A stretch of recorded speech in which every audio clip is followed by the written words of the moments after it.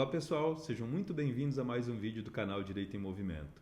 Hoje nós vamos falar de um assunto que é recheado de polêmicas, que é a pensão alimentícia, tecnicamente chamado de alimentos. Eles têm previsão legal no artigo 1694, parágrafo 1º do Código Civil, que eu vou fazer a leitura aqui para vocês. Os alimentos devem ser fixados na proporção das necessidades do reclamante e dos recursos da pessoa obrigada. Da leitura desse dispositivo legal, nós temos aqui que destacar duas situações: a necessidade de quem vai receber os alimentos e os recursos, ou seja, a possibilidade de quem vai pagá-los. Dessa forma, em tese, nós teríamos a criação de um cenário ideal para a manutenção de quem vai receber os alimentos. Antes de nós falarmos na questão da formatação ou de como a gente procede o cálculo para se chegar no que seria a pensão ideal, vale lembrar o seguinte: por mais que muita gente pense, os alimentos ou a pensão, ela não é devida apenas ao menor.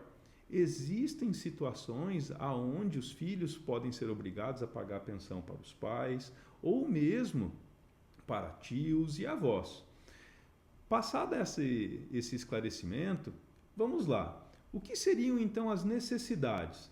A necessidade de quem recebe. Então, em regra aqui, para o nosso exemplo, nós vamos falar de uma criança que precisa receber uma pensão do pai ou da mãe, porque também é importante destacar que quem paga o pensionamento é o genitor que não tem a convivência com o menor. Então, o menor pode conviver com o pai e a mãe pagar os alimentos. O menor pode conviver com a mãe e o pai pagar os alimentos.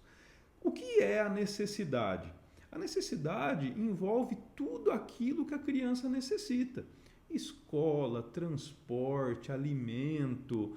A casa é alugada, é necessidade do menor. Paga água, paga luz, paga internet, paga combustível, paga plano de saúde. Tudo isso é necessidade do menor. Essas despesas, digamos assim, são necessárias para que se mantenha o mínimo padrão ou qualidade de vida dessa criança. E essas despesas devem ser rateadas pelos genitores.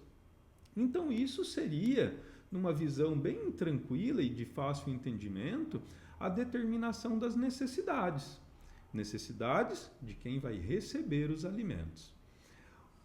O dispositivo legal, lá o artigo 1694, parágrafo 1º, fala então que deve-se considerar o que ainda? A possibilidade daquele que pagará os alimentos. Num cenário ideal, seria muito fácil. Olha,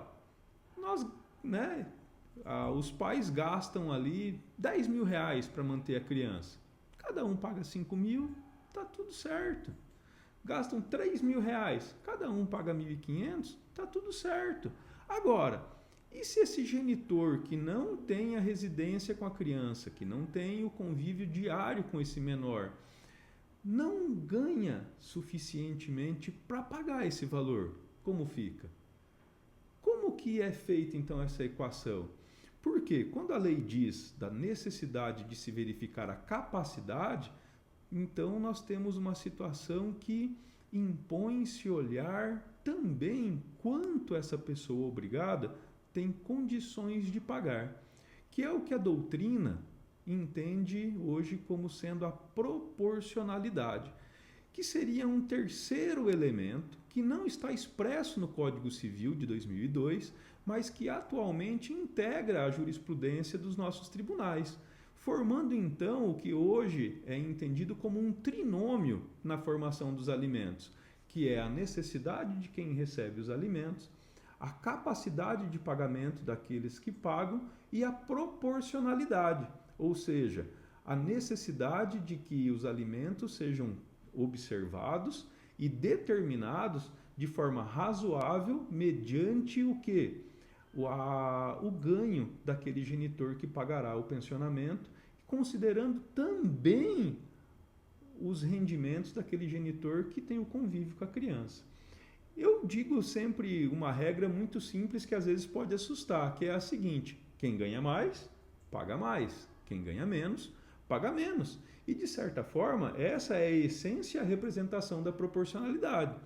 Então, se nós temos um genitor que ganha 2 vezes mais do que o outro, automaticamente ele tem uma capacidade de pagamento maior que se refletirá no quê? Numa proporcionalidade de participação, ou seja, de custeio nas necessidades dessa criança maior.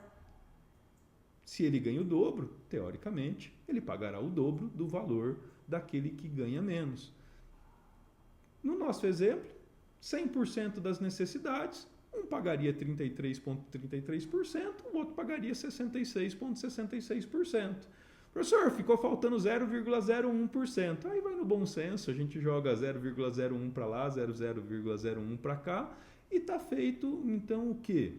A observância adequada da necessidade do menor, da capacidade financeira de cada um dos pais que estão pagando essa pensão e da proporcionalidade. Outra situação que a gente pode desmistificar aqui nesse nosso bate-papo rápido hoje é que essa pensão, então, é 30% daquele rendimento, é 30% do salário de quem vai pagar, são 30% do quanto a pessoa ganha. Não é bem assim. Nós acabamos de ver que é necessário se considerar quanto a pessoa ganha, a proporcionalidade para a determinação, mas também é necessário se observar o quê? A necessidade da criança. Vocês já se perguntaram quanto o jogador Neymar ganha por mês?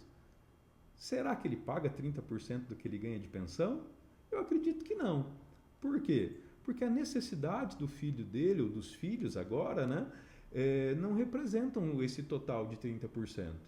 Então, essa questão de 30% dos vencimentos da pessoa para o pensionamento, para a pensão alimentícia, é mais um mito jurídico que circula no nosso meio social. Então, espero ter auxiliado na elucidação das dúvidas desse assunto. Ficamos por aqui por hoje. Se você gosta desse tipo de conteúdo, curta o vídeo, inscreva-se no canal para não perder os próximos e deixe nos comentários os assuntos que você gostaria de ver abordados por aqui. Até a próxima!